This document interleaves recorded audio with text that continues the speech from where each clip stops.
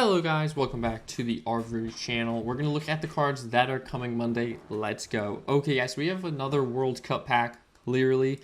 And these cards are looking quite good. Now, despite the inconsistent gameplay, as if you watched the stream today, despite the inconsistent gameplay, these cards are quite good. We got Mateus with box to box as per normal, 173, 33, Germany, clearly. Now, we're using Capello. You could use Deschamps, but I think Capello is still the most popular one. Look at these stats, right? 90 dribbling, 97 type possession is outrageous, by the way. 86 pass, 78 finishing, 90 physicality, 90 kicking power, good defending stats, good balance, good stamina. Now, you could lower this to 85 if you want and go more into passing and more into shooting and then more into like whatever. If you really want. Personally, guys, I'm going to keep the 90 physicality because I think in the end of the day, the 90 physicality is what's going to make this card because he's kind of short.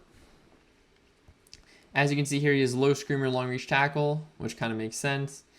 He needs blocker, fighting spirit, weighted pass, outside curler, and you could give him double touch just because like you can at least dribble a little bit with him.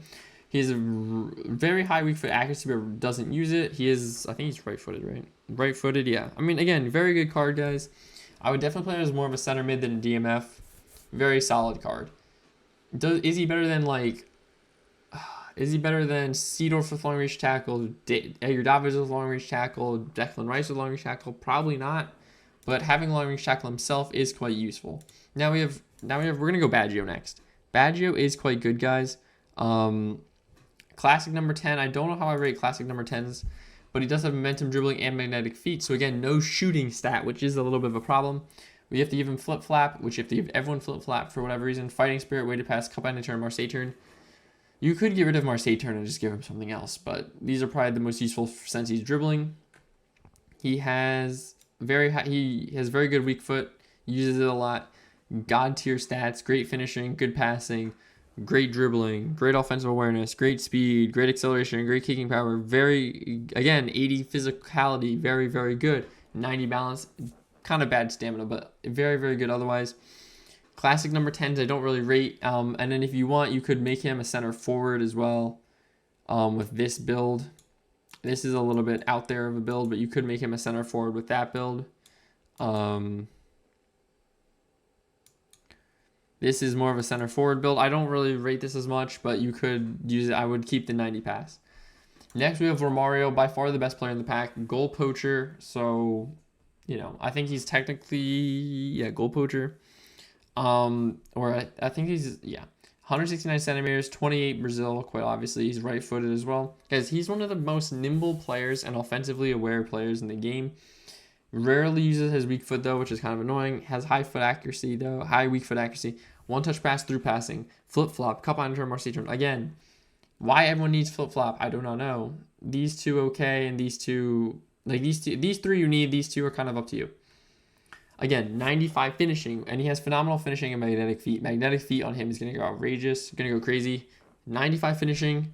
Very good dribbling, 93 type possession, 96 offensive awareness, 95 balance, 80 physical. So he's not only strong, but he's good feet. And 94 speed, 94 kicking power, and 97 excel, and 84 curl. Now he does literally a 0 passing, but guys, if you're using him as a purely pass and run player, depending on the day, depending on how the servers are that day. If the servers are bad, you're never going to win. It's just how the game is.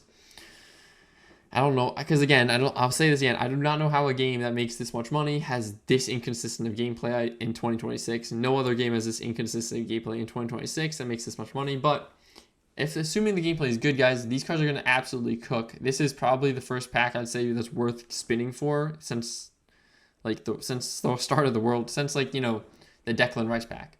I would say this pack is the first one that's really worth spinning for. These cards are going to go absolutely crazy. I might spin on Monday, guys. We'll see. Depends how the gameplay is. I'll see you guys in a bit. Peace.